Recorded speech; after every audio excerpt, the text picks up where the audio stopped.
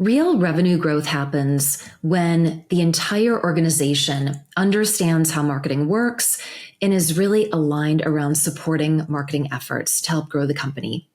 Let's find out how one marketing agency helps their clients create the right environment for that in this episode of Closing Time.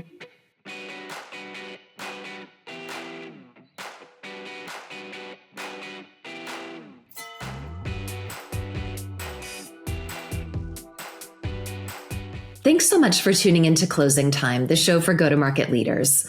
I'm Melinda Prescher, Senior Director of Marketing at Insightly. I'm really happy to introduce my friend and trusted colleague, Tony Mohr. Tony is the former CEO of strategic marketing agency Quarry, and he's now Managing Director of Marketing Services at Marketbridge. Tony, it's so great to have you here today. I mean, you and I have known each other a long time, and I won't share exactly how long, but what I will say is that our working relationship was really valuable to me at a critical step in my career. What we're going to be talking about today is how organizations can really rally around the marketing function. And the reason I wanted to have you join me specifically is that you and I actually collaborated on a program that led to a measurably better experience for our customers. And if I remember right, I think we even won an award for this. The changes that we were making were really, in a way, culturally challenging for some parts of that organization. And it was great to be able to demonstrate that the work we were doing was making an impact. I'd love to hear your impression of that time too. Yeah, for sure. Yeah. Hello, and it's great to be here. I really do appreciate the invite. It's always a pleasure to connect with you. You're right. You and I met and worked together on what was really a pivotal and I think influential marketing initiative for your company and brand at the time. While our time working together on that particular project was probably about 9 months in length during a longer tenure. The work we did in that specific project led to a repositioning of your company's flagship brand in the cybersecurity space, and I think that had a much longer impact in a positive way over a much longer time frame. I think what I and we at Quarry are so proud about is that despite that project receiving a lot of questions and some doubt initially, because it was a new approach and it was relatively radical inside the walls of the company at the time, once we had really implemented the strategy and demonstrated using a quantitative data approach that it could have a really positive impact on subscriber churn, we saw the company really get behind the strategy wholeheartedly. And there were quite a few facets of innovation within that project, which are super exciting to reflect back on. And I think that's why it received a lot of the industry attention that you're referring to. I think about how we sparked a massive shift in the value proposition framing for that flagship brand. When you think about where we were when where the brand was when we initially met, the industry standard really was about creating a sense of fear and uncertainty and doubt in the minds of subscribers to antivirus and cybersecurity products. And we brought a completely different lens to it. We looked at it from a customer experience perspective, and we looked at it from the idea that people want to feel that they're protected when they are online. And so rather than creating a lot of fear and uncertainty and doubt, which went so far at that time to including images of like grenades and knives and guns, even in the advertising. Yes. We flipped that on its head, and we said, okay, we know people can feel vulnerable when they go online, but what if we flip that and said, you're so protected, you can do anything online because we've got your back. And that was fairly transformational at the time, but when we started to show through running a pilot that it was projected to have a tens of millions of dollars positive impact on churn, the company really got behind it, and it led to the company rethinking the whole brand positioning. And that was just such a thrilling thing to be part of and to really spark. I mean, Tony, to your point, this was a real sea change in the way that this particular organization was thinking about how to reflect what it did in the marketplace and how to brand, really. I think that, to your point, fear, uncertainty, and doubt it's a certain way of going about that positioning. How do you feel about that as a long-term strategy? Yeah, great question. It works for a period of time, particularly in this situation when someone has just been hacked or is feeling very, very vulnerable about being online. But we, others, we fundamentally believe that the better path for the long run was to really position the product in a positive way, position the service experience based on the positive value that it creates. So another way to think about it is, if you think about your electrical, your water, or your gas utilities, the challenge that your company had was that your cybersecurity offer is very much like a utility. No one thinks about the value you creating until it's no longer working. And so it's only when they've been disrupted that you start thinking actively about the service and, is it problematic? Is it giving me good value?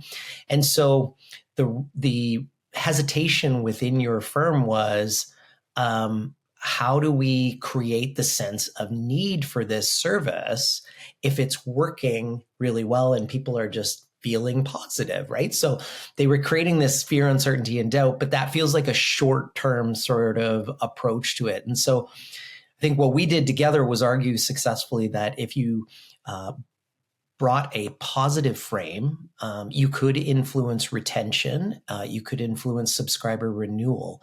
And the specific frame that we brought was, if you are equipped with world-class cybersecurity service, then you don't have to be fearful. You can be digitally equipped to live your life online, knowing you're protected. And that foundational brand insight and positioning then became the basis for a brand refresh that I think really connected with people. It started moving away from showing products and screenshots to showing people engaging in online activities and being positive and happy and safe. And so that was a great innovation. And I think it was much more aligned with the notion that people want to be affiliated and aligned with brands that are positive, that are inspiring.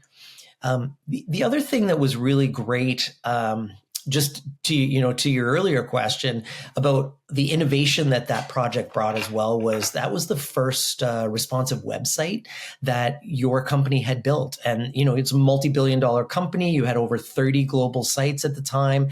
And this was right around the time when RWD was entering into the lexicon, and we were having mobile sites that were becoming the priority over the desktop sites. And so that was another innovation that you and your team led, which was deeply satisfying. And the final thing that I thought, as I was thinking back on that time period, by approaching this more from a customer-centric perspective than a product-centric perspective, I think we really together achieved something that today we take for granted, but that far back we didn't. And that was then that if you think about the people first and how do you create additional exceptional value for them, that by helping them rather than selling to them, you can build stronger relationships, and they in turn will reciprocate by remaining loyal to you, rather than making it all about the product and what it can or can't do relative to the competition. And so I think that was a major achievement for your company and your brand at the time. Yeah, I think so too. And I'm really glad you brought that up, because I think as a marketer, it's so much more gratifying to have a focus on customer centricity and really trying to understand and advocate for the customer. And I think it's so good to see so many companies put much more of a focus on the customer and not just on the product messaging. So yeah, you're taking me way back. That was great. I'd like to pivot a little bit and talk to you about your perspective as an agency leader. And I think, we went through a lot together in trying to create change at that organization and kind of change how people were thinking about marketing. And in a way, marketing it's no easier today than it was back then. I mean, I think it seems to get more difficult by the day, maybe. Sometimes I feel like everyone wants to be a marketer until they see how difficult it really is to execute and get things done. And as you and your team work with clients, what are you seeing actually? Yeah. I really appreciate that reflection. I think there's so much validity to that. We work with some great marketers, particularly on what I would refer to as the brand to demand spectrum. So very much in the buying journey. And so we've got some fantastic B2B marketers at our clients that, are actively navigating this very challenging landscape. And I think they do it with a lot of skill and a lot of competence. We do see through the jobs that they're being asked to achieve and accomplish, there's very much an added pressure to do more with less. So amidst all of the challenging environment itself, the imperative from the C-suite is to use fewer resources to achieve more in the marketplace. So that even increases the pressure more. I think that is in part one of the factors that explains why CMOs have such a short life cycle at any given corporation. There are challenges that we see everywhere we look, and everywhere I think the marketers are looking.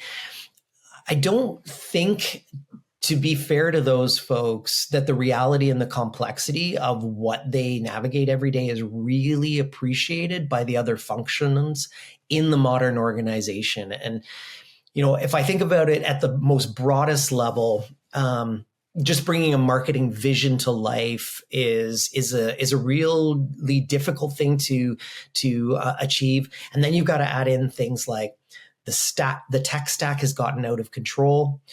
People's roles are broader, but they still need to remain deeply rooted in a unique degree of expertise. So lots is being asked of everybody. The way I sort of think about it is, if I go around the circle and think of all the disciplines that we offer our clients, we bring in experts in each of those areas, but the marketer is really at the center of that, and they've got to understand and be able to navigate each of those things. So I'm thinking about branding, identity development, positioning, messaging. I'm thinking of communications. So the framing of your product or your brand, the word choice, the psychological perspective that you need to bring to it. How are you engaging humans that are engaged in a buying journey, and how do you drive action? These marketers have to know about how do you frame up information? How do you package it into the right sort of asset type? How do you get it out there and disseminate it? That calls on technology. So what are the optimal technologies to deploy? And they've got to also not only use them, but oftentimes they're needing to interact with IT and the finance group to make an argument for why they need one technology over another. They need to know how to work with data and derive actionable insights from it. And that's not just quantitative data, but qualitative. And people spend their whole careers learning how to do those things, qualitative research, quantitative data mining, and deriving insights and reporting on it. So that's just, I'm touching on just some of the complexity there. I think the list does go on, and it's why a firm like ours at Marketbridge, I'm so excited about, because we have a purpose-built strategy where we brought together specialist firms, and we're really knitting them together in call it a vertical value chain, where we're able to support our clients from marketing strategy through to campaigns and building the assets, deploying the actual customer experiences, and then reporting and measuring on that effectiveness, and looping that back to strategy so that you're iterating and optimizing. So it's a very difficult job, and that's why organizations like ours really have an ongoing purpose, is to support the CMO and their teams in being more effective. Yeah, absolutely. I mean, I think what you've summed up, I would say probably every single marketer on our team feels all of that so acutely. And that, in a way, it's the challenge. And in a way, it's also the fun of trying to figure it all out, actually. A consistent theme in our discussions has also been that there can be so many voices in the room and so much pressure on the CMO and his or her team. So I'd love to have you elaborate on that a little bit. Yeah, sure. You're absolutely right. There's a foundational reason for that, in my view, and I think it's something that a lot of people overlook, or perhaps maybe just haven't slowed down and fully admired in its complexity. Now, there's a luminary that I hesitate to invoke here because it does feel cliche, and I don't want to just be one of those other commentary people commenting by borrowing credibility from another thinker. But Peter Drucker's view of the job of the business is so relevant here. He said that the job of the business is to create and to keep a customer. And for him, the job of a company then is not just to maximize profits. Obviously, that's incredibly important. But he believed that if you satisfy the needs and desires of customers first and foremost, then revenues grow and profits result from that. And so he said then how you keep a customer, how you create and keep a customer really is through two and only two corporate activities: market and innovate. So how do we make sense of that? Well, the way to make sense of that is to recognize that when he says the word market, he had a much more robust and expansive definition of what marketing is relative to what we've done in the modern organization with the concept of marketing. We very much assigned it to a specific functional group. If we were to relax that, though, step back and think of marketing as what everyone in the market, the modern corporation, should conceive of what they do, we start to get at the heart of what he actually meant. So marketing comprises everything from pricing, packaging, product development, distribution, sales, customer support, tech support, communications and promotions, people selection and training, the processes that you use to support and engage and communicate with your customers. So if you take that kind of lens, then you start to see that when he says the job is to keep and create a customer, or create and keep a customer, and marketing is one of the main activities, you realize that marketing isn't what the marketing communications group does. It should really be what the modern enlightened corporation does. And so if we look at it from that perspective, then everyone needs to think about the way that they interact with customers, or if they're not directly interacting with customers, what is the role that they play, their contributions play in impacting the customer experience? So if I'm in research and development and I'm thinking of what features and benefits would be beneficial, it has to be relative to what the customer would want. Otherwise, I'm just creating features and benefits without any real purpose in mind. So I think my advice to marketers to truly create more successful products and services is start with the customer at the center. And you can then serve up a truly great customer experience. And I mean that in the most sort of robust way of defining that, from the messaging and the product and the packaging and the way you price it and what distribution channels.